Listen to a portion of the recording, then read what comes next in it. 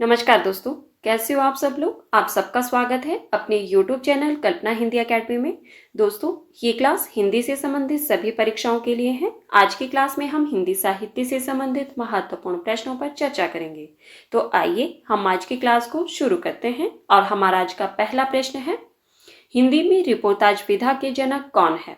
आपके पास ऑप्शंस में है शिवदान सिंह चौहान, प्रकाश चंद्र गुप्त, रांगी राघव या जगदीश चंद्र गुप्त। तो इसका सही उत्तर क्या होगा? सभी लोग अपना उत्तर कमेंट बॉक्स में देते रहे। बिल्कुल सही। जिन साथियों ने ऑप्शन नंबर 1 बताया है उनका उत्तर सही है। हिंदी में रिपोर्टाज विधा के जनक शिवदान सिंह चौहान जी है। ठीक है, और उनकी रिपोर्टाज जो है उसका नाम क्या है? लक्ष्मीपुरा। ठीक है, हमारा अगला प्रश्न है, शिवराज भूषण में कितने अलंकारों का उल्लेख मिलता है। आपके पास ऑप्शंस में है 165, 105, 115 या 145। तो इसका सही उत्तर होगा, शिवराज भूषण में कुल कितने अलंकारों का उल्लेख मिलता है और इसके रचनाकार कौन है उनका नाम भी बताना है आपको। बिल्कुल सही। जिन साथियों ने ऑप्शन नंबर 2 बताया है उनका उत्तर सही है। कितने अलंकारों का उल्लेख मिलता है? 105 अलंकारों का।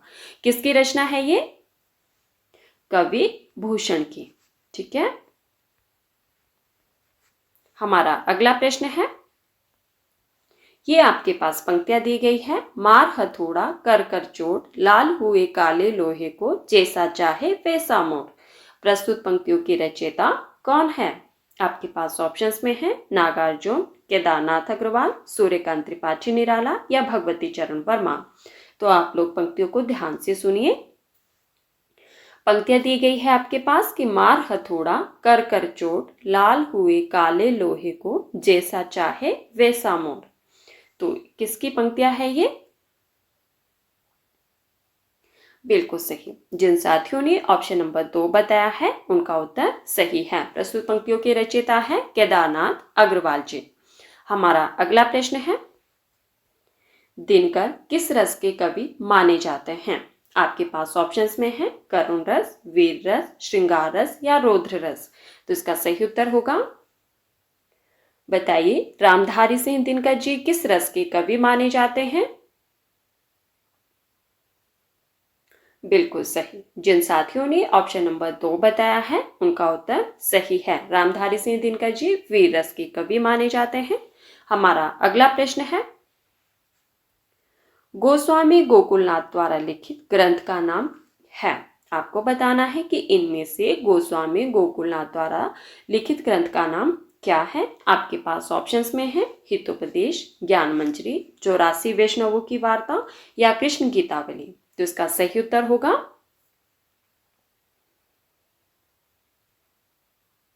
बिल्कुल सही। जिन साथियों ने ऑप्शन नंबर 3 बताया है उनका उत्तर सही है। 84 वैष्णवों की वार्ता जो रचना है, ग्रंथ है, वो किसका है? गोस्वामी गोकुलनाथ जी का। ठीक है, 1568 ईस्वी का। हमारा अगला प्रश्न है, चारु शब्द की शुद्ध भावात्मक संज्ञा है। आपके पास ऑप्शंस में है चारूपन, चारुताई, चारुता या चारु। तो इसका सही उत्तर क्या होगा? आपके पास शब्द दिया गया है चारु, इसकी जो भावात्मक संज्ञा होगी वो क्या होगी? बिल्कुल सही। जिन साथियों ने ऑप्शन नंबर 3 बताया है उनका उत्तर सही है। चारु शब्द की भावात्मक संज्ञा होगी चारुता। हमारा अगला प्रश्न है, बिहारी किस राजा के आश्रित कवि थे। आपके पास ऑप्शंस में है महाराज हिंदुपति सिंह, महाराज छत्रसाल, महाराज जय सिंह या महाराज भाव सिंह। तो इसका सही उत्तर होगा, बताइए, कवि बिहारी किस राजा के आश्रित कवि थे। बिल्कुल सही। जिन साथियों ने ऑप्शन नंबर 3 बताया है उनका उत्तर सही है। कवि बिहारी महाराज जय सिंह के आश्रित कवि थे। हमारा अगला प्रश्न है, छायावाद का पतन किसका ग्रंथ है। छायावाद का पतन किसका ग्रंथ है। आपके पास ऑप्शंस में है नामवर सिंह, देवराज उपाध्याय, विजय देवनारायण शाही या डॉक्टर देवराज। तो इसका सही उत्तर होगा,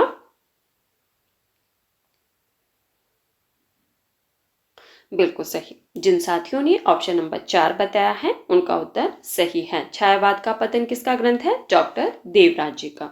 हमारा अगला प्रश्न है, कितनी नाव में कितनी बार का रचनाकाल है? आपके पास ऑप्शंस में है 1946, 1948, 1967 या 1970। तो इसका सही उत्तर क्या होगा? सबसे पहले आप मुझे ये बताइए कि कितनी नाव में कितनी बार किसकी रचना है? बताइए इसके रचनाकार कौन है? बिल्कुल सही, अज्ञे जी। अब बताइए कि इसका रचनाकाल क्या माना जाता है? बिल्कुल सही। जिन साथियों ने ऑप्शन नंबर 3 बताया है उनका उत्तर सही है। कितनी नाव में कितनी बार अज्ञे जी की रचना है 1967 ईस्वी की।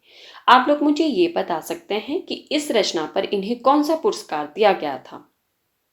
बताइए अज्ञे जी को कितनी नाव में कितनी बार रचना के लिए कौन सा पुरस्कार दिया गया था, वह कब दिया गया था? आप लोग मुझे इस प्रश्न का उत्तर कमेंट बॉक्स में करेंगे, ठीक है? चलिए हमारा अगला प्रश्न है, निम्न में से रांघे राघव की कहानी है। आपको बताना है कि इनमें से रांघे राघव जी की कहानी कौन सी है। आपके पास ऑप्शंस में है ममता, गूंगे, जिंदगी और जो या सुखमय जीवन। तो इसका सही उत्तर होगा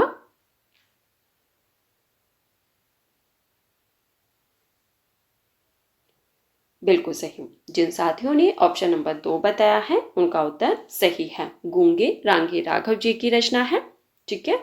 और ममता, बिल्कुल सही। ममता किसकी है? जयशंकर प्रसाद जी की 1929 ईस्वी की कहानी है। गूंगे कहानी जो रांगे राघव जी की है वो शायद 1949-50 कुछ ऐसा है। मुझे इसका रचनाकाल जो है वो याद नहीं है। अगर आपको पता है तो प्लीज मुझे कमेंट करके बता दीजिए। और जिंदगी और जोंक इसके रचनाकार कौन है? बताइए जिंदगी और जोंक के रचनाकार कौन है? अमरकांत, बिल्कुल सही। अमरकांत जी की कहानी है ये 1958 ईस्वी की। और सुखमय जीवन चंद्रधर शर्मा गुलेरी जी की, बिल्कुल सही। गुलेरी जी ने तो कुल 3 कहानियां लिखी थी। सुखमय जीवन किसकी है? चंद्रधर शर्मा गुलेरी जी की है 1911 ईस्वी की। हमारा अगला प्रश्न है,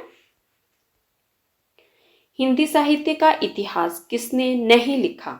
आपके पास ऑप्शंस में है लक्ष्मी सागर वार्ष्णेय, रामकुमार वर्मा, बच्चन सिंह या डॉक्टर नगेंद्र। तो इसका सही उत्तर क्या होगा? प्रश्न को ध्यान से सुनिए, उसके बाद ही अपना उत्तर दीजिए। प्रश्न पूछा गया है कि हिंदी साहित्य का इतिहास किसने नहीं लिखा है। तो बताइए इसका सही उत्तर क्या होगा?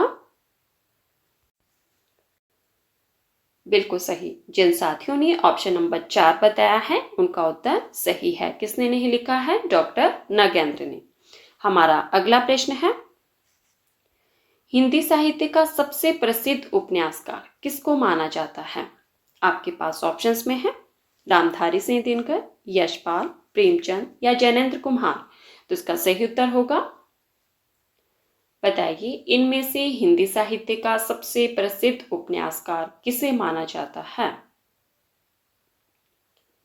बिल्कुल सही। जिन साथियों ने ऑप्शन नंबर 3 बताया है उनका उत्तर सही है, प्रेमचंद जी को। हमारा अगला प्रश्न है, आधुनिक युग का कबीर किसे कहा जाता है? आपके पास ऑप्शंस में है नागार्जुन, त्रिलोचन, मैथिली शरण गुप्त या हरिओत। तो इसका सही उत्तर होगा, बताइए आधुनिक युग का कबीर किसे कहा जाता है? बिल्कुल सही। जिन साथियों ने ऑप्शन नंबर 1 बताया है उनका उत्तर सही है। आधुनिक युग का कबीर किसे कहा जाता है? नागार्जुन जी को। और किसने कहा है ये भी बता दीजिए। बताइए नागार्जुन जी को आधुनिक युग का कबीर किसने कहा है?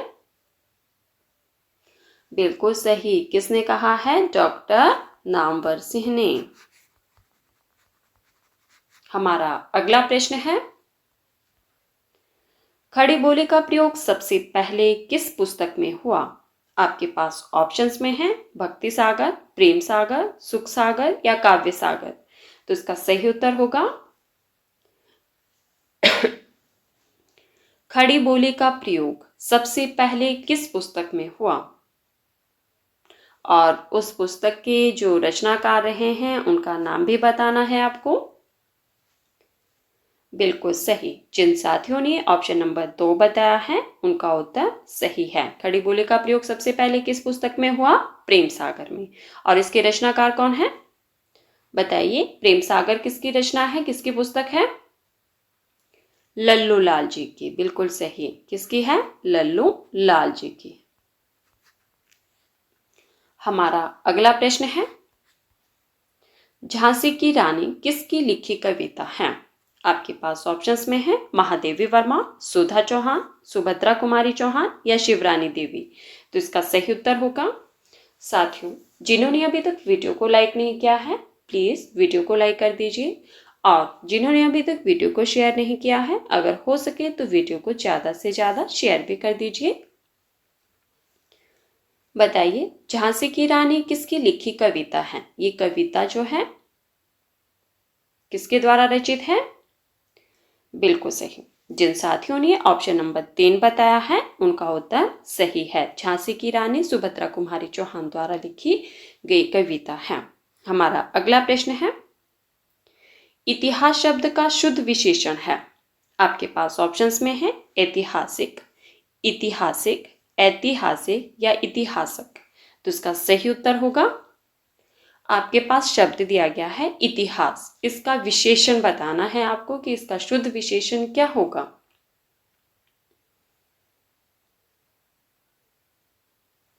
बिल्कुल सही। जिन साथियों ने ऑप्शन नंबर 3 बताया है उनका उत्तर सही है। इतिहास शब्द का शुद्ध विशेषण होगा ऐतिहासिक। ठीक है, तो साथियों ये थे हमारे आज के कुछ महत्वपूर्ण प्रश्न जिस पर हमने चर्चा की। अगर आपको क्लास पसंद आए तो प्लीज वीडियो को लाइक कर देना, और अगर हो सके तो वीडियो को ज़्यादा से ज़्यादा शेयर भी कर देना। ठीक है, और साथियों जिन्होंने इसे पहले वाले प्रश्नों को नहीं देखा है अगर आप चाहें तो प्लेलिस्ट में जाकर देख सकते हैं। ठीक है, धन्यवाद। मिलते हैं अगली क्लास में।